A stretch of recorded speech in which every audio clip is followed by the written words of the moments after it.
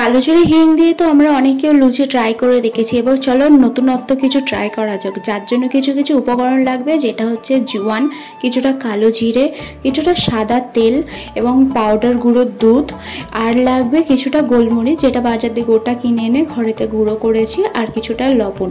তারপরে সমস্ত উপকরণ জোগাড় করার পরে কিছুটা ময়দা, মানে বাড়ির সদস্য অনুযায়ী ময়দা নিয়ে সেই সমস্ত উপকরণগুলো একসাথে দিয়ে ভালো করে মাখিয়ে নিতে হবে।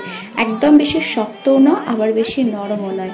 তারপরে রেখে দেবো ঘন্টা দুয়েক খানিক। তার বেশি রাখলে ক্ষতি নেই, কিন্তু তার কম নয়। 2 ঘন্টা মতো রাখার পরে তারপরে দেখবে কি সুন্দর একটা নরম ডো তৈরি হয়ে গিয়েছে। ভাগ্য যদি খুব ভালো থাকে তাহলে সুপার মার্কেটগুলোতে এরকম গরমের সময় কড়াইশুঁটি পেয়ে যেতে পারো।